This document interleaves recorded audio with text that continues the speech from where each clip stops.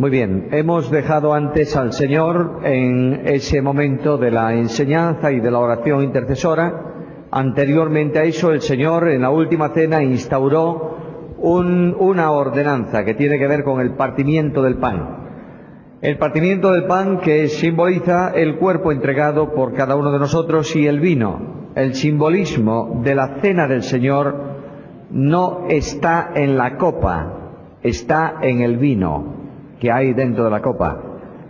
Jesús dijo que no beberé más del fruto ¿de qué? De la vid. Y cuando el apóstol Pablo habla en la carta a los Corintios sobre la copa, está utilizando una figura de lenguaje. Yo voy a beberme esta noche, si Dios quiere, un vaso de agua. No voy a beber un vaso, voy a beber el agua de un vaso. Pero hay una figura de lenguaje que permite utilizar el contenido por el continente, ¿verdad? De manera que cuando se habla de la copa, estamos hablando del vino que hay dentro de la copa. En la cena el Señor tomó 3 copas. Una al principio, después servía las hierbas amargas, segunda copa, servían el cabrito pascual, tercera copa que se llamaba la copa de bendición.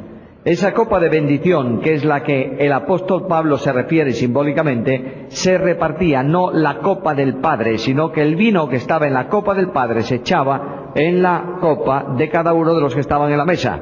Y bebían todos de la copa, porque bebían todos del vino. Se ha llegado a extremos tan notorios como decir que en el partimiento del pan, y especialmente en la copa, hay 2 simbolismos. Uno el vino, que simboliza la sangre, y otro la copa, que simboliza la comunión. Eso es inventarse lo que no es. De manera que lo importante es que se distribuya el vino, no importa en cuántos envases, pero que sea un solo vino que se reparte en recuerdo ¿de qué?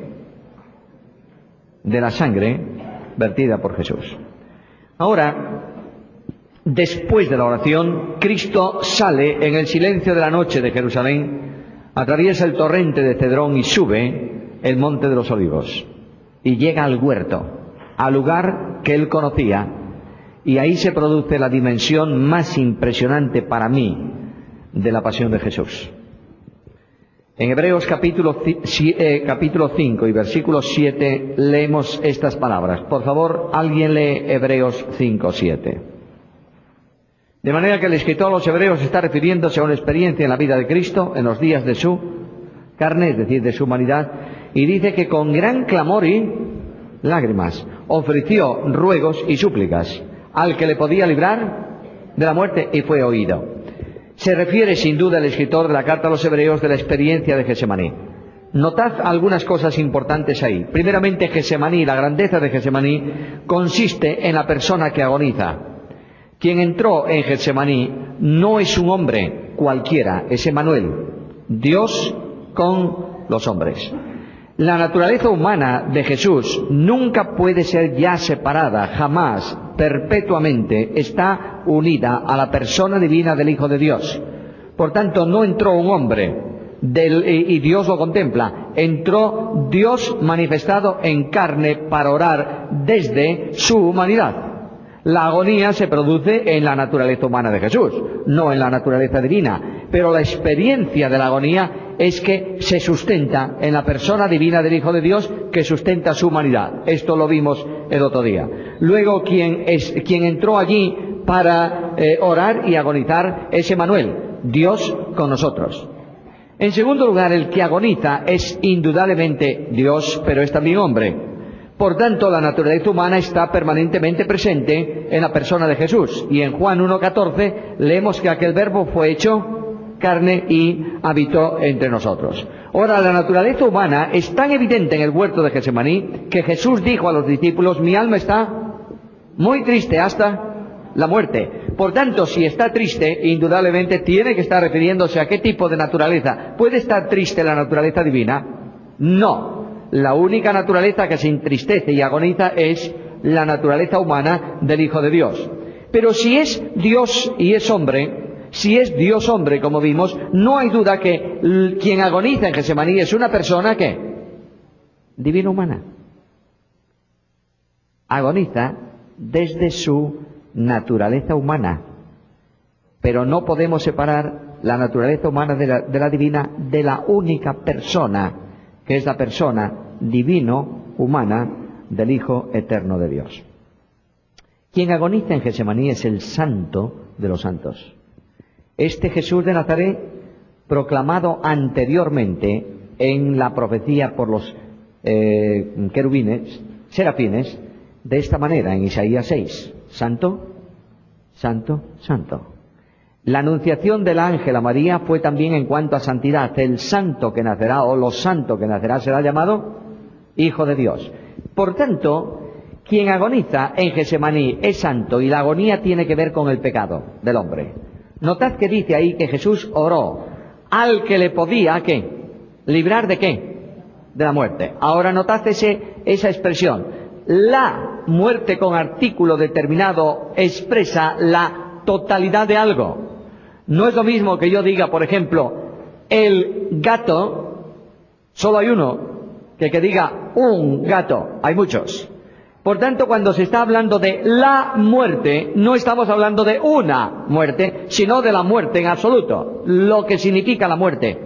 La muerte es en la Biblia no un estado de término, sino un estado de separación. Cuando se habla de muerte física en la Biblia se expresa como el estado que se produce cuando la parte orgánica, material del hombre se separa de la parte espiritual y se produce la muerte física. Pero esta muerte física es también la consecuencia de una muerte en mayor nivel, que es la muerte espiritual, que es el estado de separación entre el hombre y Dios a causa de ¿qué? Del pecado. Por tanto, Jesucristo el Señor en la cruz no me va a sustituir a mí solo en la muerte física. Me va a sustituir esencialmente ¿en qué? En la muerte espiritual. Ahora, seguid un momento el hilo. ¿Jesús en su humanidad estuvo permanentemente en comunión con el Padre o no? ¿Hubo algún instante en que el Padre y Jesús de Nazaret estuvieran distanciados? ¿Por qué? Porque son uno, muy bien, en la deidad, pero específicamente en cuanto a humanidad, porque no hizo él maldad, ni hubo engaño no hay pecado. Por tanto, hay una relación permanente y fluida, hasta tal punto que Jesús dice a su Padre, he venido para hacer tu voluntad. Y el Padre dice, por tanto, este es mi Hijo, amado en quien tengo complacencia. Esa comunión entre Dios, el Padre, y Jesús, su Hijo, en su naturaleza humana, va a ser interrumpida en la cruz a causa no del pecado de Jesús, sino del pecado nuestro. Mas Jehová cargó sobre él el pecado de todos nosotros. De alguna manera la naturaleza divina, o mejor, la persona divina, comunica a la naturaleza humana la experiencia de la cruz. Y le hace conocer qué iba a ocurrir allí, en donde para reconciliar al mundo, Dios tenía que girar sus espaldas espiritualmente hablando a Jesús, su Hijo, que en naturaleza humana está dando su vida en la cruz. Yo quisiera que distinguieseis bien esto, por favor. Quien muere en la cruz es el Hijo de Dios en su naturaleza, ¿qué? Humana. ¿Está claro o no? Sí, pero sigue siendo la naturaleza de la persona divina del Hijo de Dios. ¿Está claro ahí? No hay posibilidad de separar la naturaleza humana de Dios mismo. ¿Está claro? Porque subsiste en Dios desde el momento de la concepción. Ahora, Pablo dice algo muy importante. Dice que Dios estaba en Cristo reconciliando consigo al mundo. Por tanto, en la cruz del Calvario, cuando leemos Juan capítulo 1, versículo 1, leemos estas palabras. En el principio era el Verbo y el Verbo era con Dios. Yo dije el otro día que esa preposición es la preposición cabe, ¿recordáis? Es decir, el Padre está frente al Hijo en comunión eterna, mirándose en un diálogo de amor, en donde el Padre expresa la palabra eterna que es el Hijo y el Hijo responde en amor a la palabra eterna del Padre. Bueno, ese es el diálogo trinitario. En esa situación, Dios produce, Dios genera, Dios crea. Y crea en el Hijo, por el Hijo y para el Hijo. Luego la creación, digamos así, como sujeto final el Hijo, está entre el Padre y el Hijo, y cuando Dios observa esa creación que ha realizado, ¿qué dice de ella? Vio Dios lo que había hecho y aquí que era, ¿en cuánto? En gran manera. Ahora, cuando el hombre peca, no es Dios que pone a sus espaldas al hombre, es el hombre que le da espaldas a Dios. Y en esa situación el diálogo entre el Padre y el Hijo continúa de la misma manera. Lo único que ha ocurrido es que el hombre ha cambiado de posición, se ha puesto a sus espaldas, y el hombre es el que considera a Dios enemigo suyo en malas obras, ¿verdad? Bien, ahora se produce la cruz. En la cruz Dios da espaldas a su Hijo. Dios desampara a su Hijo. Dios hace descender sobre su Hijo la maldición del pecado, Gálatas capítulo 3, en donde Él fue hecho maldición para que nosotros seamos hechos bendición de Dios en Él. En el momento en el que el Padre gira su rostro hacia el Hijo, en el momento del abandono, en el momento de las tinieblas, ¿con quién se encuentra? Si antes estaba mirando al Hijo y se da vuelta, ¿con quién se encuentra? Con el que estaba a sus espaldas, que era el hombre. Y se produce la reconciliación. La reconciliación es un cambio de posición. Pablo no dice que nosotros somos los que nos reconciliamos. Pablo dice que Dios estaba en Cristo reconciliando consigo al mundo. Y ahora nos encomienda a nosotros el ministerio de la reconciliación para que el mundo acepte esa obra. Y Pablo dice, reconciliaos con Dios. Ahora, en ese momento en que Cristo está orando, delante de Él está con toda claridad una experiencia terrible. Si el Padre va a interrumpir la comunión con la naturaleza humana de su Hijo, Jesús el Señor va a experimentar en toda la dimensión, ¿qué cosa? ¿La muerte qué? Espiritual. Es una dimensión tan tremenda que no podemos entrar allá. No debemos especular sobre lo que Dios guarda silencio, pero debemos entender qué ocurrió. Y Cristo en la agonía de Getsemaní dice al Padre, Padre, si es posible que esta experiencia no se realice. Encuentra, si es posible, una solución. ¿Hay solución? No. Dios mismo, dice un cántico nuestro, te desamparó para ampararme a mí. Por tu dolor, Jesús, Señor, no hay ira para mí. El Dios de la gloria abandona a su Hijo. El Salmo dice, en las horas de tinieblas de la cruz, Cristo no habla, guarda silencio. Esa palabra, Dios mío, ¿por qué me has desamparado? ¿Cuándo la pronuncia el Señor? ¿Estando en las tinieblas? Estando en la cruz, pero ¿estando en tinieblas o no? ¿Sí? Al principio de las tinieblas. ¿Cuándo? Cuando ya pasaron las tinieblas. Cuando ya viene la luz, es cuando Cristo dice, Dios mío, ¿por qué me has desamparado? Durante el tiempo de tinieblas, Cristo, según Isaías 53, enmudeció y no abrió su boca. Ahora Cristo dice a su Padre, Padre, sea posible, haz algo, ¿para qué? Oró por el temor reverente, ¿hacia qué? Hacia la muerte. Y dice Hebreos que fue oído. ¿En qué sentido? Los teólogos, algunos dicen, fue oído en la primera parte de la oración. No se haga mi voluntad. Bueno, esto es rizar el rizo. Jesús fue oído por el Padre en cuanto a restauración de su comunión antes de su muerte física. Experimenta la muerte espiritual, ¿verdad? El abandono. Ahora Él dice, Padre, que yo no pase a la experiencia de la muerte física sin restablecer mi comunión contigo. De manera que cuando el Cristo se refiere a la experiencia, dice, Dios mío, ¿por qué me has? Y después de eso, cuando entrega su espíritu, ya no dice Dios mío, vuelve a la expresión habitual de su ministerio. Padre, en tus manos encomiendo mi espíritu. De manera que en todo Él es, por obra de la gracia, ejemplo semejante a nosotros. Él vivió una experiencia de muerte, ¿verdad?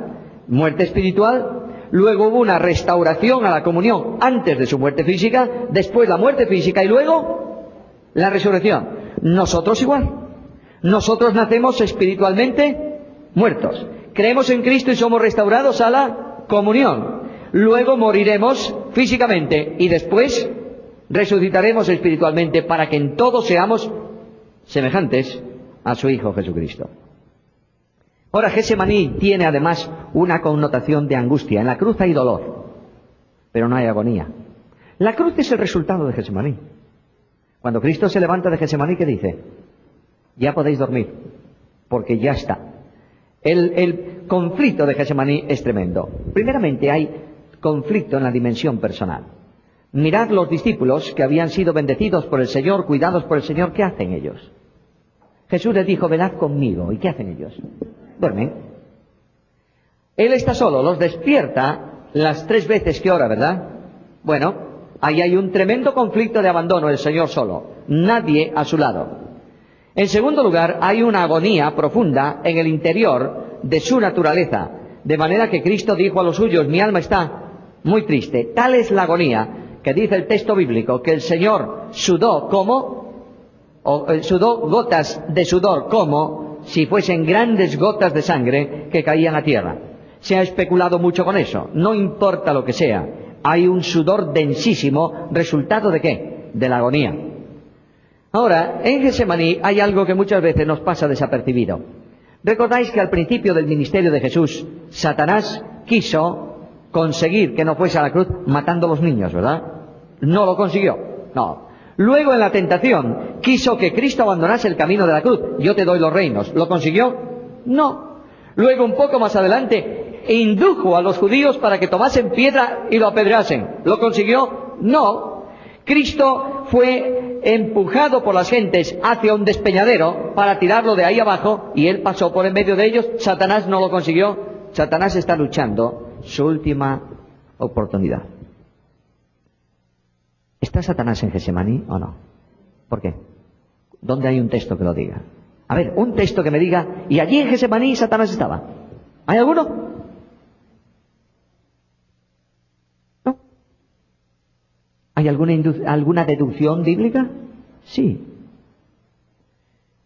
Pedro, vela, porque Satanás os ha pedido pero yo he orado por ti para que tu fe no falte. Y más adelante Pedro dice que Satanás anda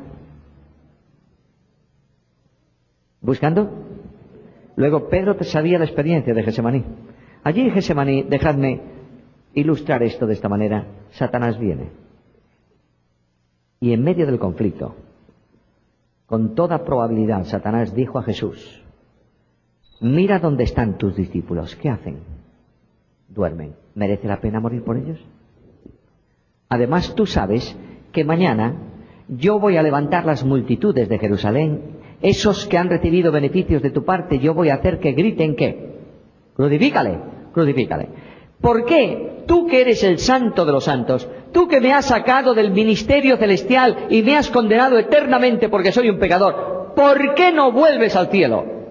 Y dejas a estos que no tienen ningún derecho ni son dignos de ser amados, déjalos a su suerte. Regresa. Y que los ángeles te adoren y los serafines proclamen tu gloria.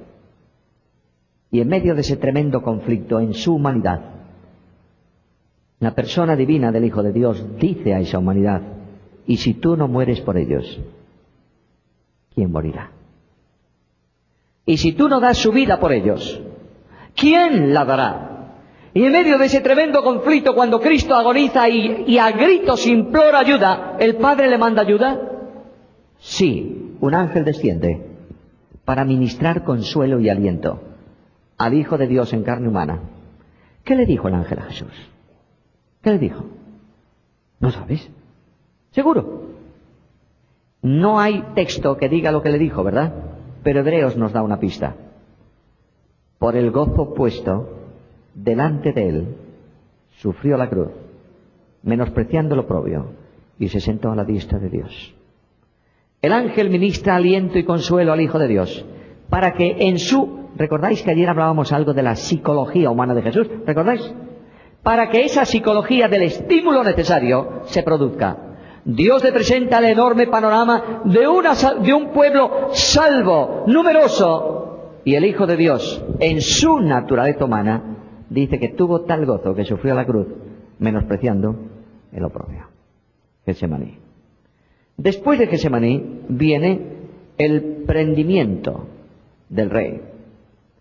Allí está Judas. Judas salió antes del partimiento del pan, antes de la cena, es decir, antes del final de la cena. Los discípulos creían que Judas había ido a dar una ofrenda o alguna cosa así. Lo que había ido es a cobrar su crimen. Él sabía dónde iba a estar Jesús, y él conduce a los hombres de la guardia del templo para prender a Cristo. Vienen a él con palos y con piedras, y cuando vienen a Cristo, ¿qué hacen los discípulos? Huyen. ¿Y qué hace aquel que dijo, estoy dispuesto a morir por ti? También. Bueno, tuvo un acto de semivalentía, ¿no? Agarra la espada y da un espadazo. Yo creo que Pedro tenía más miedo aquella noche que otra cosa. Porque si le hubiera acertado bien en la cabeza a Malco, lo hubiera abierto en dos. Pero no. Tal vez cerró los ojos. ¿Y qué pasó? La oreja de Malco. Simplemente le cortó la oreja. Y Cristo sanó a Malco. Ahora Cristo es llevado conducido preso a casa de Caifás. Y el juicio se hace de noche. Eso está prohibido por la ley. Es un juicio ilegal. No está tampoco el Sanedrín en pleno, sino parte del Sanedrín. Y en aquel juicio se toma una determinación, ¿qué es? Que muera. Luego es llevado a Pilato por primera vez. Bueno, en la casa de Caifás se produce la negación ¿de quién? De Pedro. Mirad, Pedro entró allí. Seguramente que Juan, que tenía ciertas amistades, le facilitó la entrada. Y cuando alguien de la casa, la primera criada, viene junto de él y le dice, ¿tú eres el que dice? No, no soy. No conozco a quién. A ese hombre. Y cuando la aprietan los que están con él, ciertamente tú eres, porque además hablas al estilo Galileo. Dice, no soy, no lo conozco. Y finalmente la criada portera le dice, sí que eres. Y Pedro tiene más miedo, decimos en España, más miedo que vergüenza. Y comienza a jurar. He oído una cosa muy curiosa hace algún tiempo. Un predicador que dijo, como buen marinero, tenía una boca tremenda. Aquí no sé si entendéis eso. A veces se decía que boca de carretero, se dice en España. Es decir, el carretero llevaba un carro tirado por caballos o por bueyes, y cuando llegaba a una subida y no le andaban, por aquella boca salían sapos y culebras, ¿entendéis? Y dice, como era marinero y estaba acostumbrado a decir palabrotas, empezó a soltar palabras. No, que va, hombre. Pedro cometió el peor acto después de la negación, perjurio, porque juró, se sometió a juramento de que aquello que él decía en relación con Jesús era verdad y era mentira. Ahí tienes la mirada profunda de Jesús mirando a Pedro. Los ojos de Cristo penetran en el alma de Pedro. Y dice el texto bíblico que Pedro salió afuera y lloró amargamente. ¿Hubo arrepentimiento? Luego, ¿no hacía falta disciplina? ¿Sí o no? Si hubo arrepentimiento, no hace falta disciplina. Hago un paréntesis aquí, aunque tal vez mañana lo veamos. Cuando Cristo se encontró con Pedro, bueno, si yo soy Jesús, cuando después de la resurrección estoy con Pedro delante de los discípulos, le digo, bueno, Pedro, has cometido una buena falta, ¿eh? De modo que no te voy a poner fuera de comunión porque tú has confesado, pero te voy a poner una disciplina ministerial. Durante 5 años, sentado en el último banco de la congregación en Jerusalén. Y no se te ocurra moverte de allí. ¿Qué dijo Jesús a Pedro? ¿Tú me amas, Pedro? ¿Me amas o no? ¿Sí o no? Ya ves, Señor. Ya ves que te quiero. Apacienta mis ovejas. ¿Cuánto castigo ha impuesto la Iglesia a quienes Dios ha perdonado? La disciplina no es un castigo. La disciplina es un acto de amor en restauración. Por tanto, cuando la disciplina ha ejercido su ministerio restaurador, mantenerla es pecado. La disciplina que se mantiene después de la restauración se convierte en castigo. Y nosotros no tenemos ningún derecho a castigar a una oveja que pertenece ¿a quién? Al Señor. Ten mucho cuidado, por favor, con el rebaño de Cristo. No te pases con aquellos que no son tuyos. Simplemente, el buen pastor las confía en manos de los líderes de su pueblo para que las pastoreen, las alienten, las confirmen y las ayuden. ¿Está claro? El Salmo 23 dice algo muy importante. Jehová es mi pastor, nada me faltará, etcétera, etcétera, etcétera. Su vara y su callado, ¿qué? Aliento. La oveja ve simbólicamente al pastor que tiene el callado en una mano y la vara en la otra. ¿Para qué es la vara? ¿Para darle a quién? A las ovejas, ¿verdad? Claro. No. La vara es para pegarle al lobo que viene a comer la oveja. A la oveja no. ¿Y el callado es para tirárselo a las ovejas? No, para engancharla por el cuello y traerla al camino. Por eso cuando la oveja ve al pastor con la vara en una mano, defendiéndola, y el callado restaurándola, siente alegría. Muchas veces las ovejas del Señor en la iglesia de Cristo tiemblan cuando ven al pastor de la iglesia con la vara.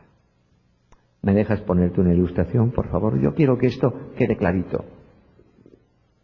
Imagínate, solamente imagínate, que hay un hombre en la iglesia que tiene un problema de trabajo serio. En Argentina hay problemas de trabajo a veces, ¿no? Bueno, en España también. Imagínate que está trabajando en una empresa que anda así medio a caerse, y el viernes por la noche, cuando ese hombre salió de su trabajo, el jefe de personal le dijo: prepárate porque a lo mejor el lunes no hay trabajo. El hombre va feliz para casa, ¿verdad? No, el hombre va amargado, triste y lleno de miseria. Y llega a su casa y su mujer le dice: ¿sabes una cosa? Nuestro hijo ha sacado 0 en todas las materias. Y ese hombre siente que el mundo se desmorona. Y la mujer le dice además: ¿sabes una cosa? Se me estropeó una máquina de casa y hay que repararla. Y él dice: pero si no tengo dinero. Y así sucesivamente. De modo que ese hombre termina acostándose en la noche del sábado, ¿cómo? Como un paria de la vida. Y el domingo por la mañana se levanta y dice: oh Señor, voy a tu casa, voy a reunirme con mis hermanos, dame aliento, por favor. Y viene a la congregación y se sienta.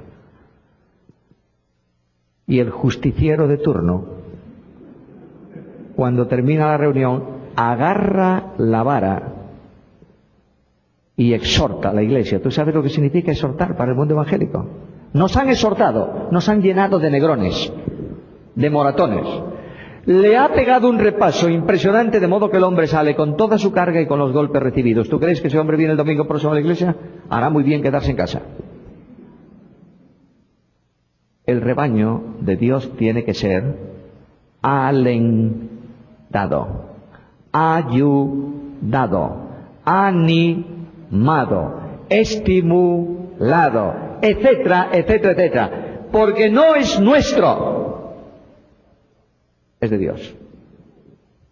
Ten cuidado con lo que haces con el rebaño de Dios, No pongas a las ovejas en una vida miserable cuando Cristo vino para que tengan vida. ¿Y qué tipo de vida? Abundante. Ten cuidado, por favor. La Biblia no es para comprarte un volumen bien pesado y pegarle de canto con ella a la congregación. La Biblia es gracia, misericordia y bondad. Nunca latigazo, sino restauración. Ahora Jesús el Señor está ahí en los juicios. Cristo es entregado en manos de los soldados romanos. Yo no sé si alguno de vosotros ha visto una película muy controvertida, tremendamente controvertida, para algunos un desastre, para otros una proeza. Es igual, La Pasión. ¿La vio alguno? Bueno, eso es una descripción exacta de lo que ocurrió. Cuando Jesús fue entregado en manos de los soldados romanos no eran judíos que daban solo 39 vareadas. El soldado romano pegaba hasta cansarse. Y además de esto, quien fue entregado a los soldados romanos estaba siendo acusado de sedicioso. ¿Sabéis quién era? Era un judío que decía que él era el rey. Por tanto, se levantaba en contra ¿de quién? Del César. Así que el soldado romano le entregaban un reo de ese tipo y le daba. Se turnaban para pegar.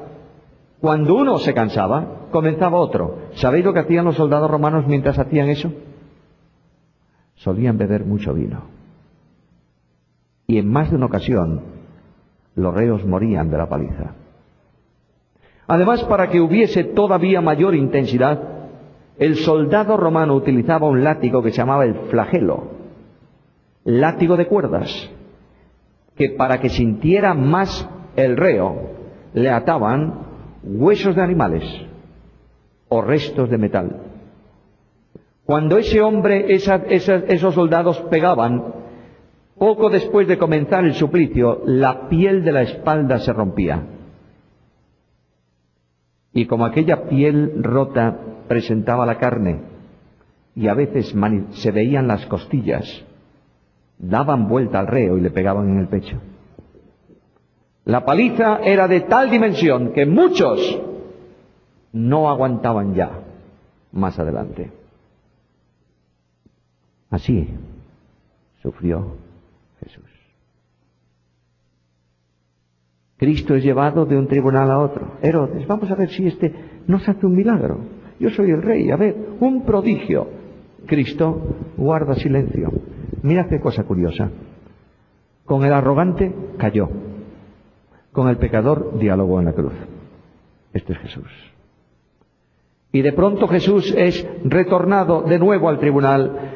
Pilato está intentando por todos los medios evitar una injusticia tan colosal como aquella, ¿verdad? Pilato sabe muy bien por qué está allí Jesús. Lo han entregado, ¿por qué? ¿Por qué? A ver, decidlo. Envidia. No ha desaparecido esta maldición. El envidioso no soporta a aquel a quien envidia.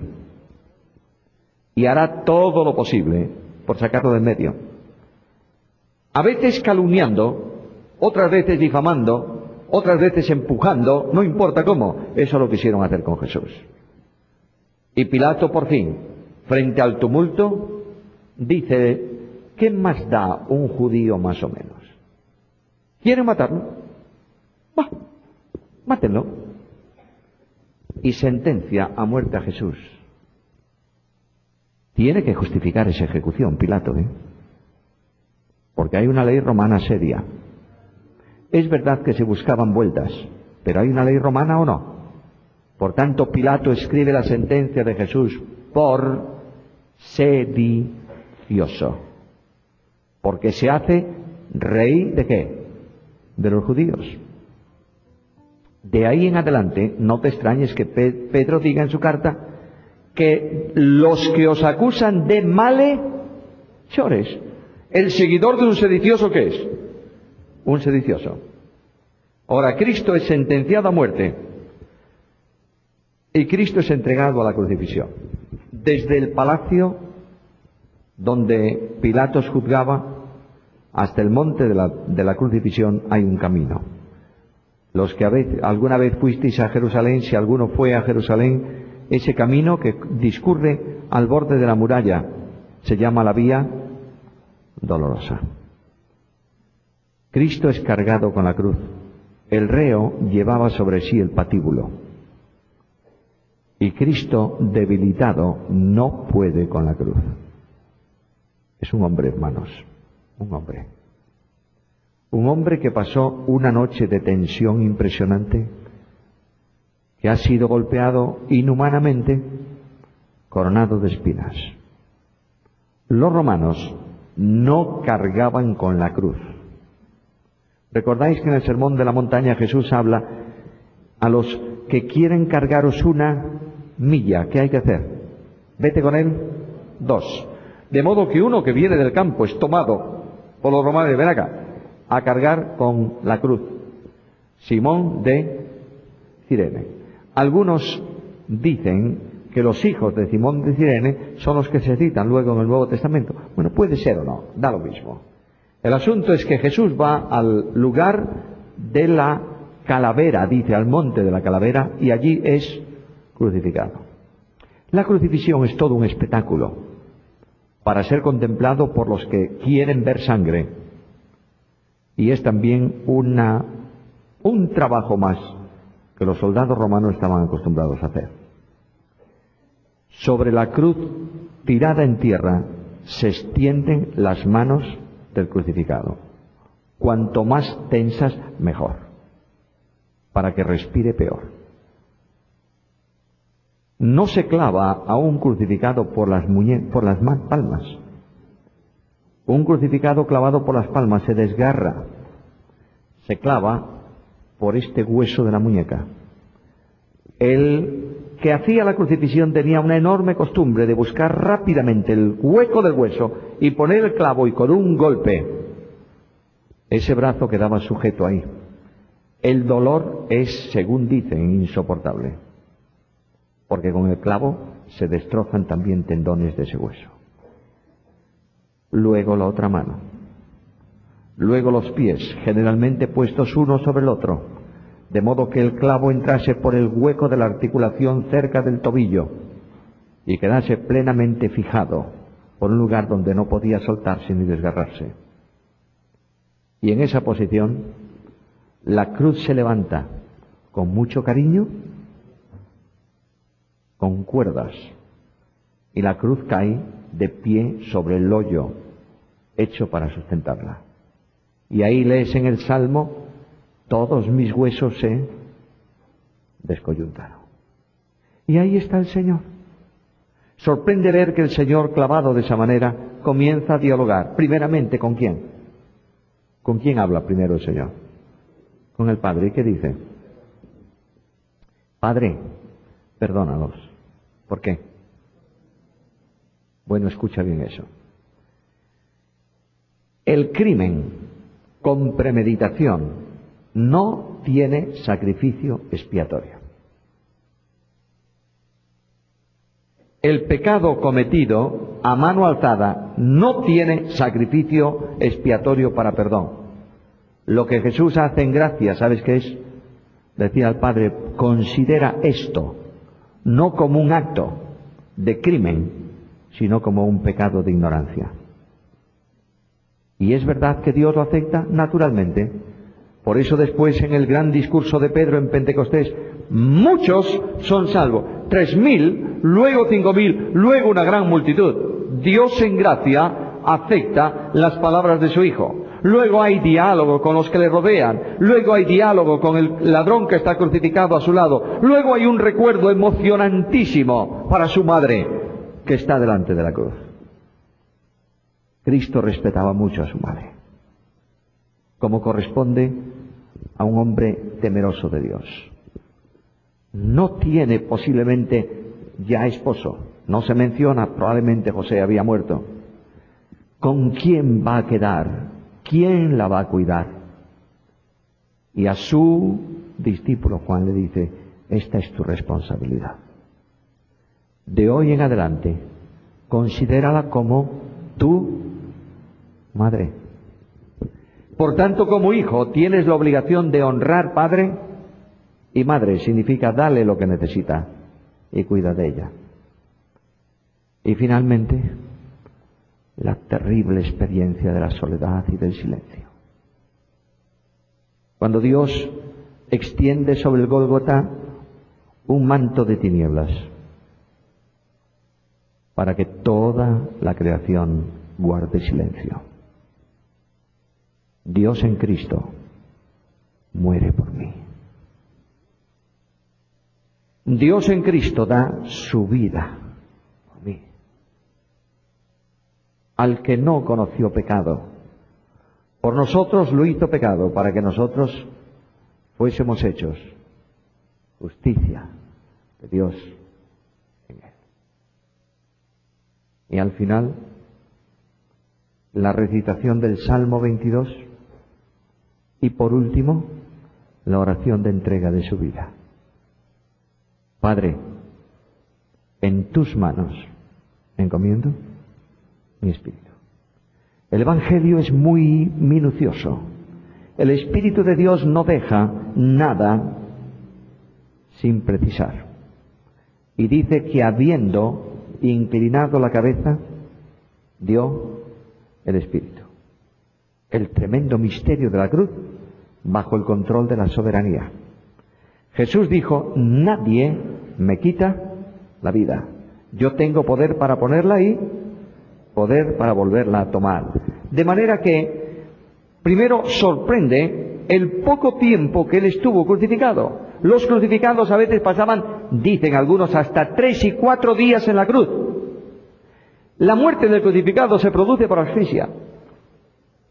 Cuando necesita respirar tiene que impulsarse en las piernas para que los brazos no estén tensos y pueda tomar aire. Por tanto, a medida que va debilitándose las piernas, está más tiempo colgado de los brazos y los espasmos de los músculos del pecho le impiden respirar y muere asfixiado. De ahí que muchas veces, en un acto de humanidad, los romanos iban con un mazo y rompían las tibias de los crucificados. ¿Sabes para qué? Para que quedasen colgados de los brazos y muriesen rápido. Jesús no. Él da su vida ¿cuándo? Cuando quiere.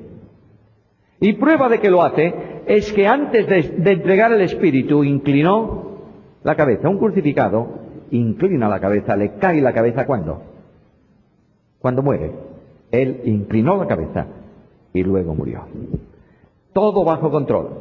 Nadie me quita la vida. Ahora, el Señor dijo antes también, tengo sed. La sed es expresión típica del infierno. ¿Qué dijo el rico a Abraham? Envía a Lázaro que moje su dedo en agua y refresque mi boca. Jesús está pasando la experiencia tremenda, no del infierno real, pero Pablo dice que Él descendió a las partes más bajas ¿de dónde? De la tierra, es decir, Cristo tuvo que descender al lugar que correspondía al más perdido de los pecadores para hacer salvable potencialmente a todo hombre. ¡Qué tremendo! Yo no puedo, luego, la sepultura, después de la muerte, yo no puedo seguir hablando teológicamente de la historia de Jesús. No puedo. La cruz me supera y me exige guardar silencio. Yo quiero llevarte por un instante al final de esta hora a la cruz. Sube, por favor, por la fe. Y pregúntale al crucificado, ¿por quién muere el Señor? Y el Señor te va a responder en las palabras de Pablo. El Señor me amó a mí y se entregó a sí mismo. Nadie que vaya a la cruz puede ser igual después de encontrarse con el crucificado. Nadie. Si eres igual, es que la cruz es pura teoría para tu vida. Hace muchos años, un gran poeta español vivió, siendo niño, mucho tiempo en casa de su abuela. La abuela le compró un libro de lectura, él fue al colegio, después se hizo mayor, fue a la universidad y terminó siendo un poeta famoso, aparte de filósofo. Se llamaba Gabriel y Galán. Y cuando ya Gabriel Galán era hombre mayor, una noche pasó por su pueblo, ya la abuela no vivía, y quedó a dormir en la casa de la abuela. La abuela le regaló el libro de lectura y le regaló un marcador para el libro. En España se llama una estampa, una estampita. ¿Sabéis lo que es? Una imagen religiosa. Y la abuela regaló a este niño la imagen del crucificado. Cuando él quedó en casa de la abuela a dormir, una gran tormenta se desató aquella noche. Y él despertó y ya no podía dormir, ¿por qué? Por los truenos. De manera que se levantó de la cama y descendió al sitio donde estaba la biblioteca. Abrió la puerta y ¿qué encontró allí delante? El libro de él del colegio. Y abrió el libro. ¿Por dónde se abrió el libro? Por donde estaba la imagen. Y dice la historia, su testimonio personal, que cuando él vio aquella imagen, no pudo apartar ya los ojos suyos de los ojos del crucificado. Se fue a la cama y ya no podía dormir, no por los truenos, sino por el impacto de aquel que le miraba desde la cruz. Y por la mañana escribió un verso muy breve que más o menos no, que dice así: con su frente de Dios horadada, con su rostro de Dios dolorido, con su boca de Dios amargada, con sus labios de Dios sin aliento, muerto por amarnos. Por amarnos, muerto. Este es Jesús, el Cristo de la historia, el Cristo del encuentro, el Cristo del cambio. Si después de esto eres incapaz de amar a tus hermanos, no conoces a Jesús. Si después de esto eres incapaz de perdonar cualquier falta, no conoces a Jesús. Si después de esto eres capaz de por cualquier cosa dividir la congregación de Dios y alejarte de tus hermanos, no conoces a Jesús. El Cristo de la Biblia es un Cristo de impacto. No podemos ser iguales mañana por la mañana, después de haber visto a Jesús muriendo por nosotros en una cruz. Que Dios, por su gracia, añada su bendición.